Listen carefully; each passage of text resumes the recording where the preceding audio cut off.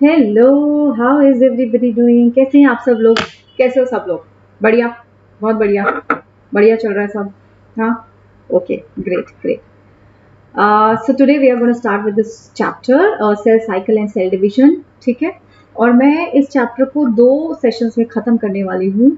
Okay, और इस chapter में आपको एनसीईआरटी हाइलाइट्स भी बताने वाली हूँ, राइट? कहाँ से क्वेश्चन बनते हैं, किस तरह के क्वेश्चन बनते हैं, वो भी सब डिस्कस करेंगे। ओके, चलो लेट्स गेट स्टार्टेड। ओके, चलो थोड़ा सा तुम्हें मैं अपना इंट्रोडक्शन दे देती हूँ। I am doctor Gargi Singh, MSc in botany, PhD in mycology from Punjab university Chandigarh. Okay,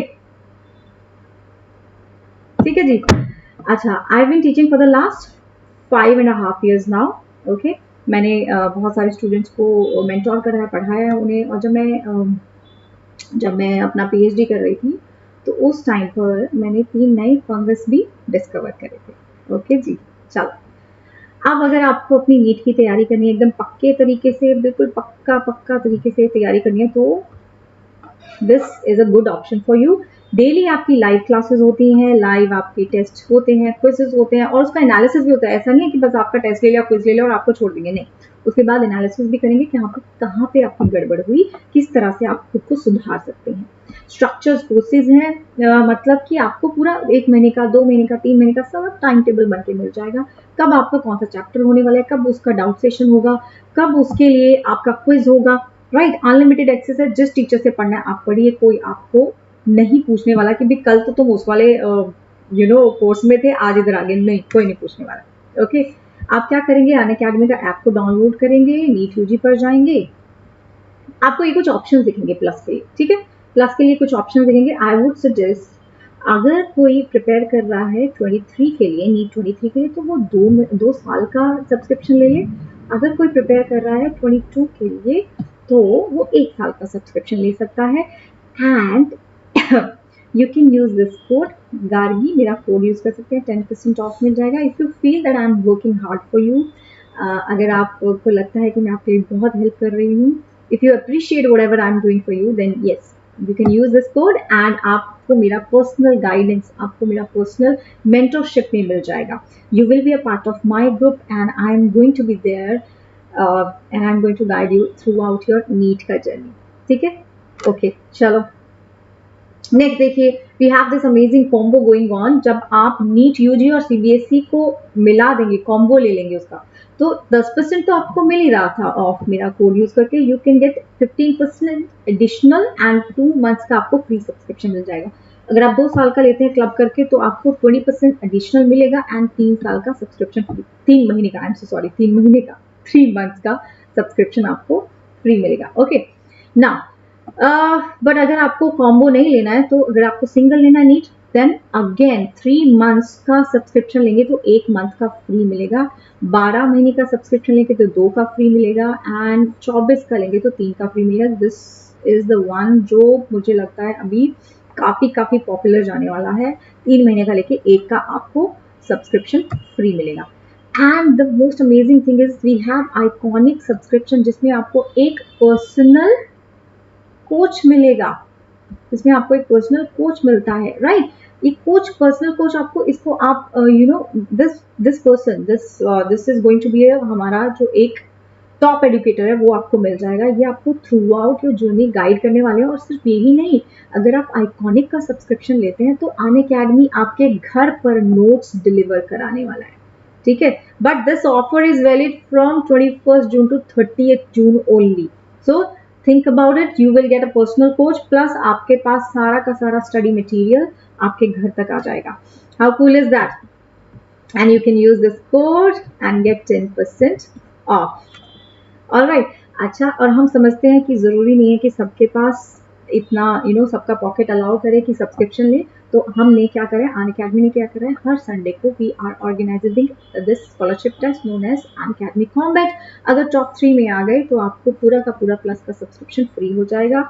you can use this code Gargi to enroll for free. These are the batches which are going with. देखिए, लास्ट मिनट रिविजन चल रहा है NEET 21 का, और ये आपके teachers हैं जिनके क्रैश कोर्स चलने वाले हैं। तो this is going to be a very good last minute revision for those who are preparing for 21, 22 के लिए हमारे पास ये बैच चल रहा है, एक समर्पण बैच है, एंड देन आनंद सर का अपना एक क्रैश कोर्स आने वाला है, 23 जून से शुरू होने वाला है, एंड आपकी मैम का, गार्गी मैम का भी एक बैच शुरू हो रहा है, परीक्षा batch. This is going to be for, we are starting this on 23 June. ठीक है, you can follow me on Unacademy, आप मुझे वहां पर भी फॉलो कर सकते हैं, क्योंकि वहां पर मैं डेली लाइव क्विज लेती हूँ free. Those quizzes are absolutely free, PYQs discuss करते हैं, और NTA के मॉक टेस्ट भी मैं ले रही हूँ. Okay, and do not forget to enroll in this course जो 23 से शुरू हो रहा है. राइट जी, सब्सक्राइब कर लो, तुम्हारा अपना चैनल है, लाइक कर दो, शेयर कर दो. If you think that we are helping you, आपके लिए बहुत मेहनत कर रहे हैं, तो सब्सक्राइब कर दो, लाइक कर दो, शेयर कर दो. ओके, चलो, now we start with cell cycle and cell division. अब हम शुरू करते हैं अपना chapter cell cycle and cell division. Okay, देखिए, जब तुम्हारा लाइफ शुरू हुआ ना, you are a small tiny cell, single cell थे आप. ओके, और किस तरह से तुम, this is you, okay, multi cellular बन गए, तुम बन गए अब मल्टी सेलुलर. ओके, कैसे हुआ ये? Because of cell division. अब तुम बोलोगे मैम ये क्या बात है, सेल डिवीजन से हुआ ना. ओके, ठीक है, फाइन, ठीक है, सेल डिवीजन से हुआ, but you know why your cells divide? क्या आपको पता है आपके सेल डिवीजन क्यों करते हैं? सेल साइकिल क्या होता है, कब सेल को डिवाइड करना चाहिए, और जब डिवीजन होता है तो क्या क्या चेंजेस आते हैं सेल के अंदर.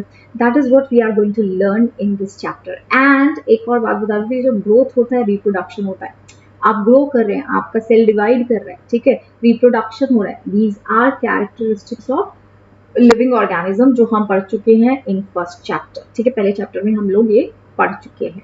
राइट, तो एक सेल डिवाइड करेगा, दो डॉटर सेल बनाएगा, एंड एवरी टाइम ये जो डॉटर सेल बने, ये भी डिवाइड करके दो डॉटर सेल बनाते रहेंगे. This will keep on happening, ये चलता रहेगा. ठीक है, ये होता रहेगा. अब पहली चीज जो मेरे दिमाग में आएगी वो है कि सेल साइकिल क्या होता है. सेल डिवीजन तो समझ में आ गया कि भाई जब एक सेल से दो सेल्स बन गए तो उसको बोल दिया cell division. Simple. What is cell cycle?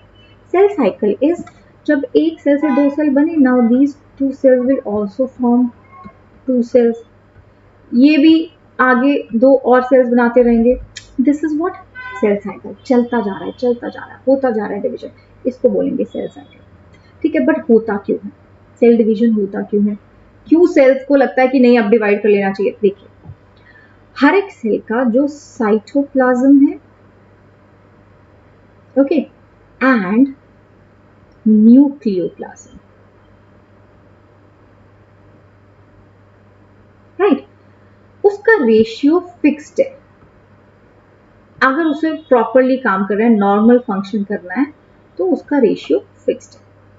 तो देखो, एक बात समझो, जैसे जैसे सेल ग्रो करेगा, ठीक है, पहले सेल इतना था, फिर सेल बड़ा हो गया, साइटोप्लाज्म ना थोड़ा ज्यादा बन जाता है.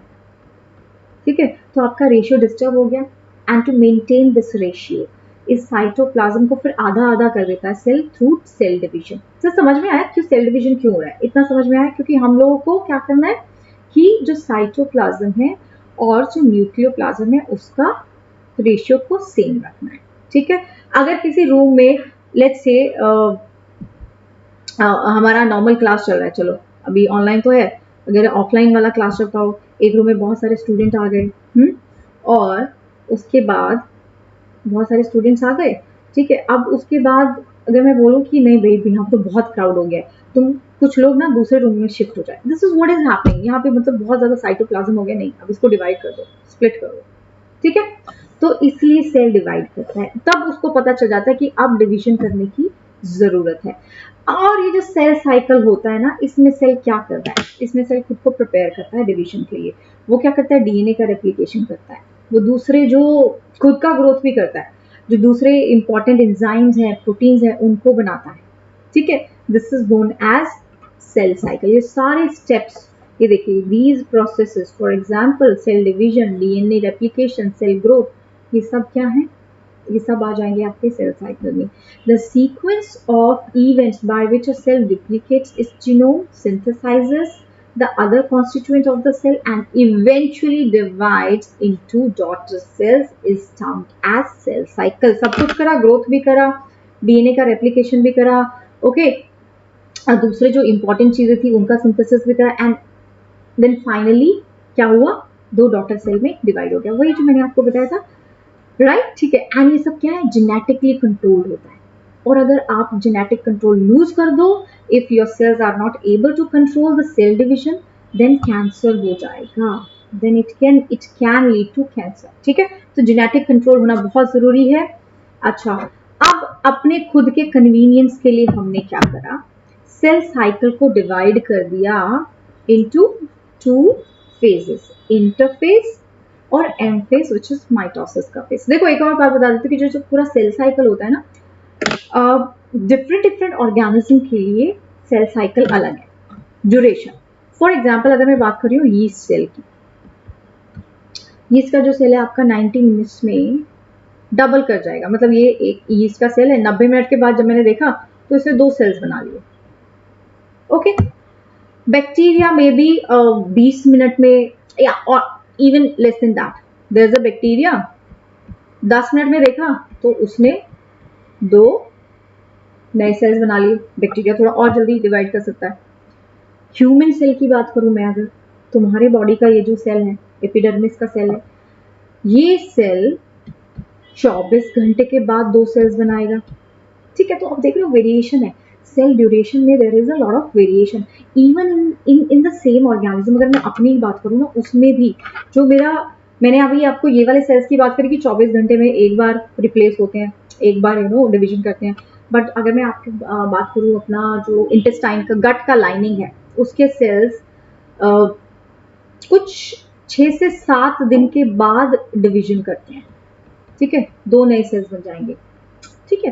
And there are other cells also, RBCs 120 days के बाद बनते हैं, राइट। तो आपके खुद के बॉडी में भी जो डिफरेंट सेल्स हैं उनका सेल साइकिल का duration is different, right. And for our own understanding, अपने कन्वीनियंस के लिए, हमें अच्छे से समझ में आया, हमने उसे डिवाइड कर दिया इंटरफेज और एम फेज में, ठीक है, हमने उसे डिवाइड कर दिया इंटरफेज और एम फेज में। बोले तो अभी आप लोग नीट के लिए प्रिपरेशन कर रहे हो, नीट का प्रिपरेशन चल रहा है, दिस इज योर इंटरफेस, ये क्या है आपका इंटरफेस है, ओके, ठीक है। बट अब देखो एक दिन एग्जाम हो जाएगा, अभी हमारा फर्स्ट को एग्जाम है, ओके, ये क्या है आपका एम फेज, जिस दिन भाई पता चल जाएगा कि तुमने पूरे साल क्या करा, तो पूरा साल आप प्रिपरेशन कर रहे हो, वो आपका इंटरफेज है, एंड एक ही दिन आकर आप एग्जाम ले रहे हो, that is your M phase. तो मतलब जिस दिन हो रहा है डिवीजन, ठीक है, वो हो गया एम फेज, जब वो तैयारियां कर रहे हैं वो हो गया इंटरफेज। और अब आपको भी पता है कि आप पूरा साल तैयारी कर रहे हो,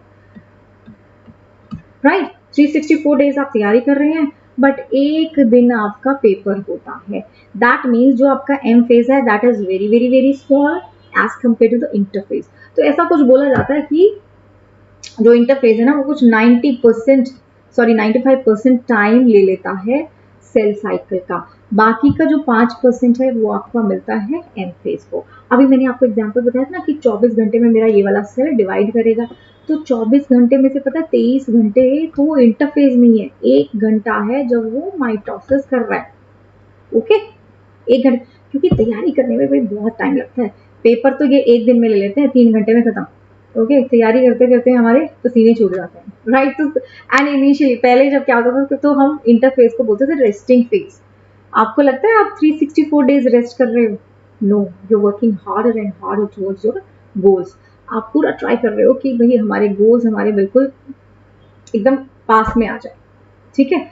आप लोग सब बहुत अच्छे से तैयारी कर रहे हो, and the cell is also बहुत अच्छे से तैयारी कर रहा है कि उसका सेल साइकिल अच्छे से खत्म हो जाए, समझे।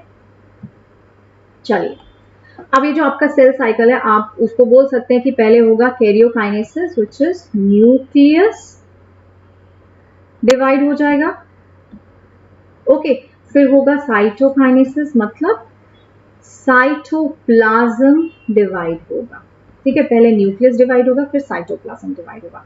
राइट। चलो ये तो बात हुई साइटोप्लाज्म और न्यूक्लियस डिवीजन की, वो बाद में करेंगे। पहले हमको देखते हैं कि न्यूक्लियस कैसे डिवाइड करने वाला है और ये जो आपका सेल है वो कैसे प्रिपरेशन कर रहा है, क्या कर रहा है। तो इंटरफेज को मैंने डिवाइड कर दिया G1 फेज में, S फेज में, G2 फेज में। जैसे आपका तैयारी को भी मैं डिवाइड कर सकती हूँ। One second.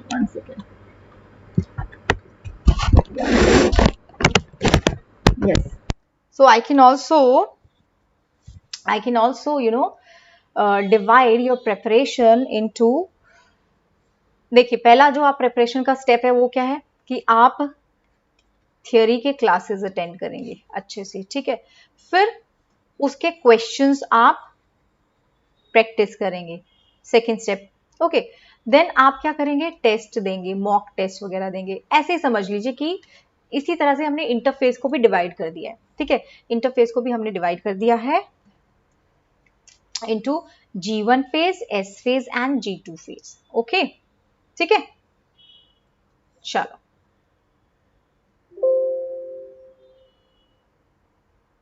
all right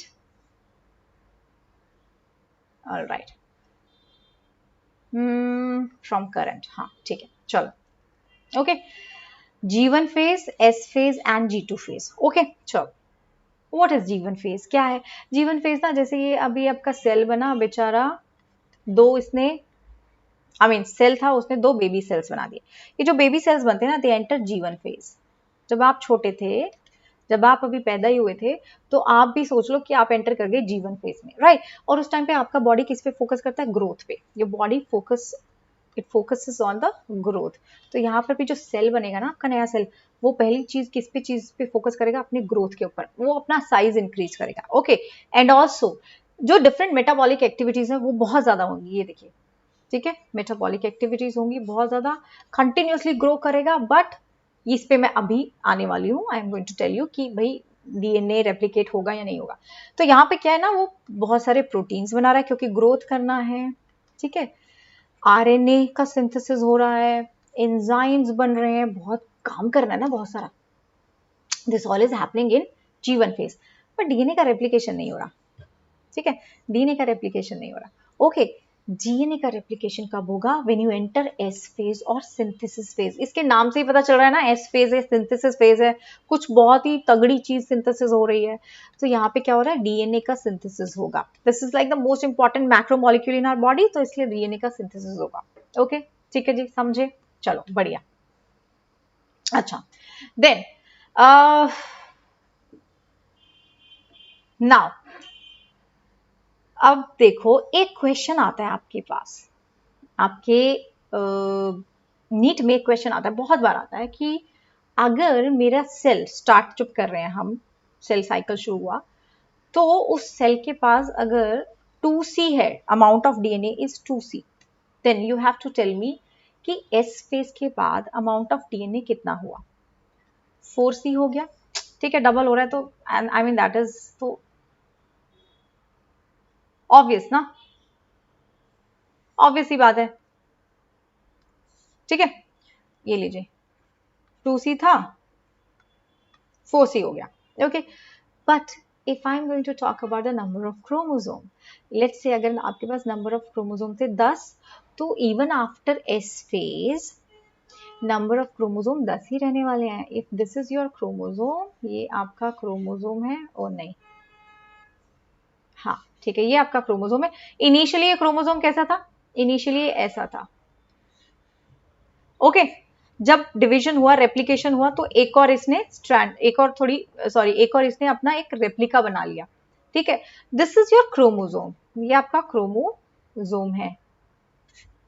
एक क्रोमोसोम बोलूंगी ना मैं इसको, दो तो नहीं बोल सकती, दो ये तब बनेंगे जब स्प्लिट हो जाएंगे एनाफेज में जाकर। तो इसलिए जब आपने 10 से शुरू करा तो वो 10 ही रहेगा, ठीक है। 20 से शुरू करोगे तो 20 ही रहेगा। तो क्वेश्चन ये पूछ लेते हैं कि 2C था आपका, जो डीएनए का अमाउंट था वो 4C हो गया, but what about the number of chromosome, 20 से तो कितने हो गए, बहुत बार स्टूडेंट 40 कर देते हैं, आंसर कर देते हैं 40। वो तो गड़बड़ हो गया ना, गलत हो गया है ना। तो ये याद रखना है, ये याद रखना है हमें, ये वाला जो क्वेश्चन है ना, ये पूछ लेते हैं, ओके। तो एस फेज में आपका डीएनए का रेप्लिकेशन होगा प्लस सेंट्रियोल्स, याद है जो हमने ये पढ़ा था cell the unit of life में। सेंट्रियोल क्या करते हैं, स्पिंडल फाइबर्स बनाते हैं एनिमल्स में। ओके, सेंट्रियोल का डिवीजन हो जाएगा हिस्टोन्स। हाँ, हिस्टोन्स भी पढ़ा था ना। हिस्टोन्स किस लिए होते हैं, डीएनए को कॉइल करने के लिए होते हैं, ठीक है, कंडेंसेशन के लिए होते हैं। ऑल राइट, चलो अब देखो। अच्छा, यहाँ ना कुछ क्वेश्चन भी दिए हैं। How do plants and animal continue to grow all their lives? Do all cells in plant divide all the time? Do you think all the cells continue to divide in all plants and animal? देखिए, division हो रहा है, जो ये बोल रहे हैं ना कैसे कंटिन्यू करते रहते हैं ग्रो करना, that is because of cell division, ठीक है। नाउ, क्या सारे सेल्स डिवाइड करते हैं प्लांट्स और एनिमल में? नहीं, सारे सेल नहीं डिवाइड करते। कुछ सेल्स ना परमानेंट बन जाते हैं प्लांट में, और कुछ सेल एनिमल में क्विसेंट स्टेज पे चले जाते हैं। मैं भी बताने वाली हूँ, ठीक है। एंड अब ये बोला हुआ है कि भाई प्लांट्स ना पूरा लाइफ ग्रो करते रहते हैं। कुछ सेल्स हैं प्लांट के जो पूरा लाइफ डिवाइड करते रहते हैं, नए ऑर्गन्स बनाते रहते हैं। That is because of meristematic tissue. और लास्ट लाइन में पूछ रहे हैं क्या एनिमल्स के पास भी होता है मेरिस्टेमेटिक टिश्यू? नहीं भाई, हमारे पास नहीं होता। मेरा अगर एक उंगली कट गया तो दोबारा नहीं आएगा, ठीक है, दैट इज नॉट पॉसिबल। अच्छा, अब मैंने तुम्हें बोला था ना कि कुछ सेल्स क्या करते हैं, परमानेंट हो जाते हैं, सेल डिवीजन नहीं करते। They enter quiescent stage. इस स्टेज को हम बोलते हैं क्विसेंट स्टेज। G1 में एंटर तो करते हैं पर उसको कंप्लीट नहीं करते, और G0 में चले जाते हैं। दे आर लाइक कि बस अब ना बहुत काम कर लिया लाइफ में, पैसा कमा लिया जितना चाहिए, अब मुझे और काम नहीं करना, अब ना I just want to chill in life. ये वो वाले सेल्स हैं, very lucky cells. Okay, for example your heart cells, जैसे कि आपके हार्ट सेल्स होते हैं। ओके, ये देखिए लिखा हुआ है, एग्जाम्पल दिया हुआ है, हार्ट सेल्स है। Liver cells also, liver cells normally divide नहीं करेंगे, बट यस, जब आपका बॉडी को जरूरत होगी ना, कभी कभी ऐसा भी हो सकता है कि वैसे तो G0 में चले गए, क्विसेंट स्टेज में चले गए, बट जब बॉडी को जरूरत है तो आएंगे, डिवीजन करेंगे। Okay, nerve cells permanently G0 में चले जाते हैं। समझ रहे हो मेरी बात, ठीक है। एंड आपने एनाटॉमी में पढ़ा होगा कि प्लांट के पास भी कुछ ऐसे सेल्स होते हैं जो कभी डिवाइड नहीं करते, जिसको हम बोलते हैं परमानेंट सेल्स, ठीक है। तो ये सब एग्जांपल है। अच्छा, और लास्ट ईयर एक क्वेश्चन आया था, पूछा था कि ये जो क्विसेंट स्टेज है, G0 स्टेज है, इसके सेल क्या करते हैं, जीवन को एंटर करते हैं, ठीक है, या नहीं करते हैं, एम फेज को से एग्जिट हो जाते हैं, ठीक है, या फिर G2 से एग्जिट होते हैं? The correct answer is they exit the G1 phase. G1 phase को ये एग्जिट करते हैं, राइट। तो ये क्वेश्चन आ चुका है, फिर से आ सकता है, याद रखना। और ये डायग्राम भी देख लो तुम, ठीक है, ये डायग्राम भी देखो, क्या करते हैं। G0 आपको दिख रहा है, G0 आपको दिख रहा है, ये देखिए यहाँ पे डिवीजन हुआ, ओके, ठीक है। तो ये this is whole, this is like G1 only. थोड़ा सा एंटर करेंगे फिर एग्जिट कर जाएंगे, ठीक है, थोड़ा सा एंटर करेंगे फिर एग्जिट कर जाएंगे। Now let's talk about M phase. अब बात करते हैं एम फेज की, ठीक है, एम फेज की बात करते हैं। What is mitosis? आप बोलोगे माइटोसिस मैम ये तो हम लोगों ने लोअर क्लासेस में भी पढ़ा हुआ है, पढ़ा हुआ है, अभी कुछ एक्स्ट्रा पढ़ोगे, ठीक है, अभी कुछ एक्स्ट्रा पढ़ोगे। This is also known as equational division. इसको क्या बोलते हैं, इक्वेशनल डिवीजन भी बोलते हैं। And it is because of only mitosis that we are able to grow, ठीक है, हम ग्रो करते रहते हैं माइटोसिस की वजह से। मतलब मेरा जो सेल डिस्ट्रॉय भी हो गया, मुझे चोट लगी, रिपेयर कर देगा माइटोसिस। और भी सिग्निफिकेंस इसके बताऊंगी, ठीक है, चलो। अच्छा, we know that we can divide mitosis into prophase, metaphase, anaphase and telophase. इनमें डिवाइड कर सकते हैं, ठीक है। चलिए शुरू करते हैं। अच्छा, क्लियर कट लाइन नहीं दिखने वाली है सेल के अंदर कि भाई ये देखो ये लाइन लगी, ये प्रोफेज है, ये देखो ये लाइन लगी, ये मेटाफेज है, नहीं, नो, ऐसा नहीं होता। ओके, अब प्रोफेज में देख लीजिए क्या होने वाला है। हाँ, प्रोफेज को आप डिवाइड कर सकते हो अर्ली प्रोफेज में और लेट प्रोफेज में। इस पे क्वेश्चंस आते हैं और जिसपे थोड़ा सा कंफ्यूजन हो जाता है। अर्ली प्रोफेज आप बोलोगे जहां पर, can you see that the nuclear envelope, ये मेम्ब्रेन दिख रहा है आपको, टूटना शुरू हो गया, तो अर्ली प्रोफेज के ये कैरेक्टर है। तो the membrane will start disintegrating your chromosomes. This is second important character, the chromosomes जो पहले ऐसे दिख रहे थे, ठीक है, वो क्या करते हैं, कॉइल करना शुरू हो जाते हैं, ऐसे ऐसे ऐसे ऐसे ऐसे। कंडेंसेशन शुरू हो गया, ठीक है, कंडेंसेशन शुरू हो गया, राइट। पहले कैसे ऐसे पड़े हुए हैं सब, इस तरह के तो कैसे डिवीजन करोगे, आधा आधा नहीं हो पाएगा। तो अब ये क्या करते हैं, एक एक एक एक एक एक एक कॉइल होना शुरू हो जाता है, कंडेंसेशन होना शुरू हो जाते हैं, and then finally they look like this. ये देखिए यहां पर ना प्रोफेज में, एंड में, लेट प्रोफेज में कुछ 80 to 90% कंडेंसेशन हो जाता है, कंप्लीट नहीं होगा, कंप्लीट मेटाफेज में ही होता है, तो 80 to 90% कंडेंसेशन हो जाता है, राइट। एंड ये जो आपका लेट प्रोफेज आपको दिख रहा है, यहाँ पे न्यूक्लियर मेम्ब्रेन बिल्कुल डिसइंटीग्रेट हो गया, बिल्कुल एकदम टूट गया। Endoplasmic reticulum, Golgi apparatus, okay, nucleolus, सब गायब हो जाएंगे, सब। क्यों गायब हो जाते हैं? क्योंकि यहाँ होने वाली है पार्टी, यहाँ पार्टी होने वाली है, ओके। तो ये हम हैं, ये हमारा सेल है, और यहाँ पार्टी होने वाली है, ठीक है। और पार्टी के लिए थोड़ा जगह चाहिए, स्पेस चाहिए, you need lot of space if you want to party, right.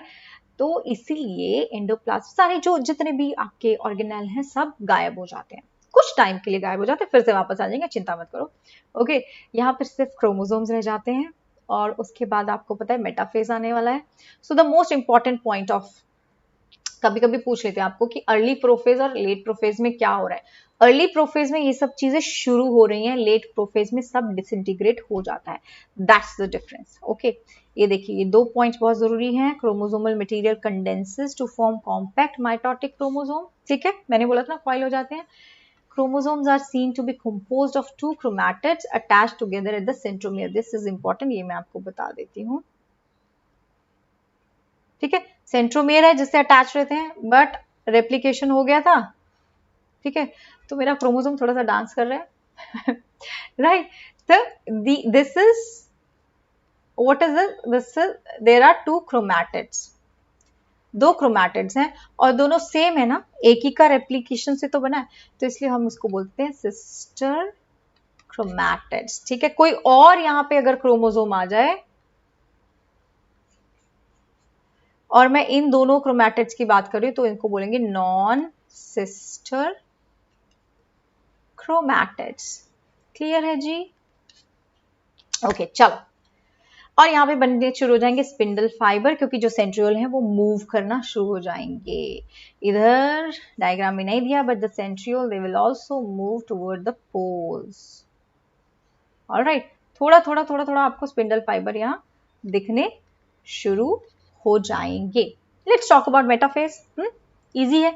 Metaphase में तो बस 2 चीजें होती हैं, देखो बहुत जरूरी चीजें 2 ही होती हैं मेटाफेज में, ये लो, ये लीजिए, अरेंज हो जाते हैं, बिल्कुल तमीज से आ जाते हैं इक्वेटोरियल प्लेट पे, जिसको आप मेटाफेज प्लेट भी बोल सकते हैं, ठीक है।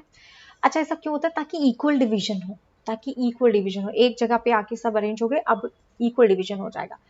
Now this is the stage where the chromosomes have undergone condensation 100%। यहाँ आपको क्रोमोसोम सबसे ज्यादा क्लियर दिखने वाले हैं।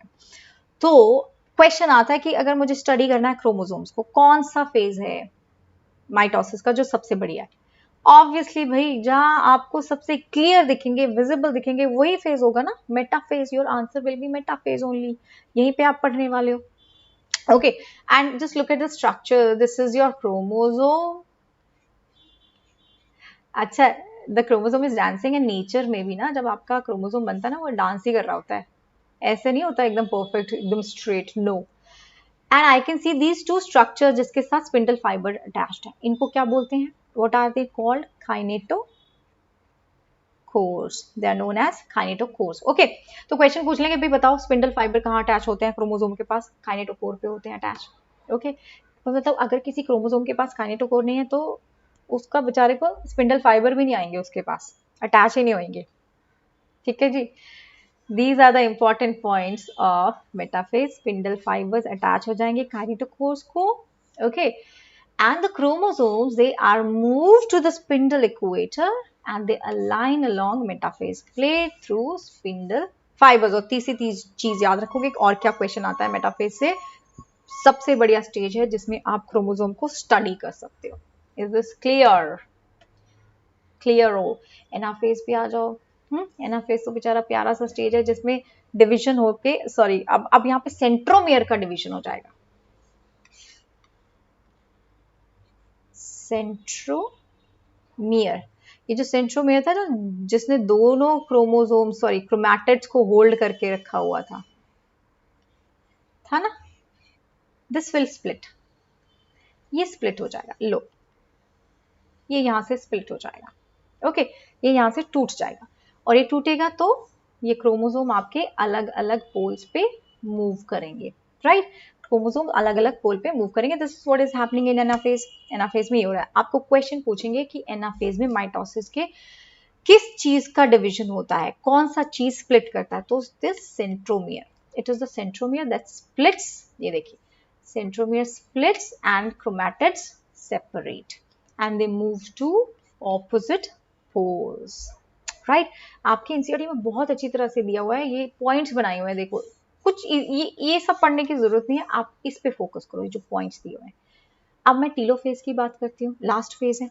टीलोफेज में क्या हो रहा है, सब एक एक पोल पे चले गए, सब कुछ पहुंच गया एक एक पोल पे। जैसे ही दो जो आपके सेट बने थे क्रोमोसोम के, वो अलग अलग पोल पे पहुंच जाते हैं, तो ये देख रहे हो आप, न्यूक्लियर एनवलप आ गया, एंडोप्लाज्मिक रेटिकुलम भी आ जाएगा, गोल्जी एपरेटस भी आ जाएगा, ऑल द ऑर्गेनेल वो वापस आना शुरू हो जाएंगे, एंड न्यूक्लियर एनवलप न्यूक्लियोलस भी बन जाएगा, क्योंकि अब क्या है, डिवीजन हो गया ना आपका, ठीक है, न्यूक्लियस का डिवीजन हो गया है, राइट, ठीक है, न्यूक्लियस का डिवीजन हो गया इसलिए। और एग्जैक्टली जो आपके क्रोमोसोम्स है ना, जो क्रोमोसोम्स थे वो अब फिर से ये डीकंडेंसेशन मतलब रिलैक्स हो जाएंगे, आराम से अब वो रिलैक्स होके बैठ जाएंगे। अगला डिवीजन जब होना होगा तो वो फिर से कंडेंसेशन होगा, कॉइल कर जाएंगे। ऑलराइट, ठीक है, तो ये तो हो गया टीलोफेज तक, बट हमें इन दोनों सेल को अलग भी करना है, ये दोनों सेल साथ में नहीं रहने चाहिए, इनको अलग भी करना है, which is known as cytokinesis, जिसको हम क्या बोलते हैं भाई, जिसको बोलते हैं साइटोकाइनेसिस, ओके जी, it is known as cytokinesis. Plant में अलग होता है, एनिमल में अलग होता है। एक डायग्राम बना देते हैं तुम्हारे लिए, ठीक है, देखो अगर मैं बात करूं एनिमल्स की,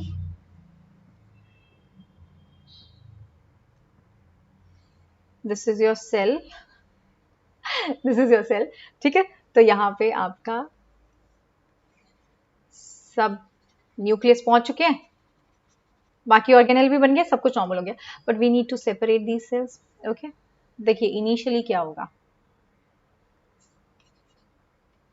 अबे यार सारा डिलीट कर दिया, बहुत अच्छी बात है, बढ़िया, thank you. The cell will look something like this, तो यहां से वो ग्रूव्स बनाना, फरो बनाना शुरू कर देगा, like this, okay, it will start making furrows, and ये जो फरो है ना, वो आहिस्ता आहिस्ता ऐसे सेंटर की तरफ डेवलप होना शुरू हो जाएगा, like this, okay, and ultimately the two cells ना, दे विल पिंच ऑफ, अलग हो जाएंगे एक दूसरे से, ये लो हो गए, this is known as furrow, इसको हम बोलते हैं फरो। तो क्या हुआ, साइड से, क्योंकि देखिए इसके पास क्या है, सेल वॉल नहीं होता, it can move, the cell membrane is flexible, पढ़ा है ना हम लोगों ने, cell the unit of life, it is flexible, तो इट कैन मूव, जैसे मूव करते करते करते करते सेंटर पे जाता है, अटैच होता है और दोनों सेल्स को अलग कर देता है।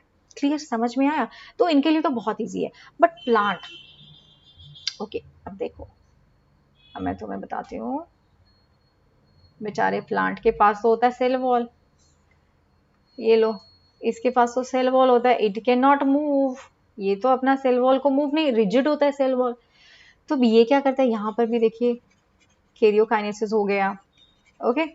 चलो अब आप लोगों को इफ यू नो, दो जो सेल्स होते हैं ना, दो सेल के बीच में ब्रिक्स को हम ज्वाइन करते हैं किस चीज से, ये लो यहाँ पे आ गया ये, हाँ, ब्रिक्स को हम ज्वाइन करते हैं सीमेंट से ना, तो इसे समझ लिए दो सेल्स के बीच में एक सीमेंट होता है जिसको हम बोलते हैं middle lamella, this is known as middle lamella, ठीक है, it is made up of calcium pectate, बड़ा जरूरी क्वेश्चन है। It is made up of calcium pectate. Okay, मैं ये क्यों बता रही हूँ, क्योंकि ना ये जो आपका प्लांट का सेल है, ठीक है, अब ये दो सेल्स को हमें अलग करना है, इन दोनों को अलग करना है, तो मतलब इनके बीच में मिडल लैमेला आना चाहिए, क्योंकि मैंने बोला ना दो सेल्स के बीच में होता है मिडल लैमेला जो उसको ज्वाइन करके रखता है। मेक सेंस ना? तो व्हाट हैपेंस ना हियर, यहाँ पे ना एक छोटा छोटा छोटा ऐसे ऐसे ना कुछ एक सॉर्ट ऑफ प्लेट बनना शुरू हो जाता है, जिसका नाम भी क्या है, सेल प्लेट। ओके, क्योंकि सेल वॉल इज रिजिड, वो ऐसे मूव करके एनिमल की तरह फरो नहीं बना सकता, तो यहाँ इसने क्या करा, अंदर से ही एक सेल प्लेट बनाना शुरू कर दिया, which is basically middle lamella only, ठीक है, which is basically middle lamella, and it will continue growing on the both the sides, ऐसे ऐसे, और फाइनली आपका सेल अलग हो जाएगा और बीच में आ गया मिडल लैमेला। ओके, बीच में आ गया मिडल लैमेला, एंड बाद में सेल वॉल भी बन जाएगा। हो गया ना? ठीक है, ठीक है। तो आपको पूछ सकते हैं कि सेल प्लेट किस चीज से का बना हुआ है, आप बोलोगे कैल्शियम पैक्टेट का, क्योंकि क्या है वो, in a way it is like baby middle lamella ही तो है। अच्छा, एक और चीज हो सकती है, व्हाट इफ दिस सेल, जिसके पास एक न्यूक्लियस इधर चल गया, एक इधर चला गया, ये बोले कि मेरे को साइटोकाइनेसिस नहीं करना, मुझे नहीं करना, मेरे को डिवाइड नहीं होना है, मेरे को अपना सेल को डिवाइड नहीं करना है, बट मेरे पास दो न्यूक्लियस आ गए हैं, ठीक है। अब एक और जो इसका सेल साइकिल चला, उसके बाद फिर से इसके पास दो और न्यूक्लियस बन गए, फिर भी इसने बोला कि मैं डिवीजन नहीं करने वाला हूं अपने साइटोप्लाज्म का। अब क्या हुआ, you have created a multi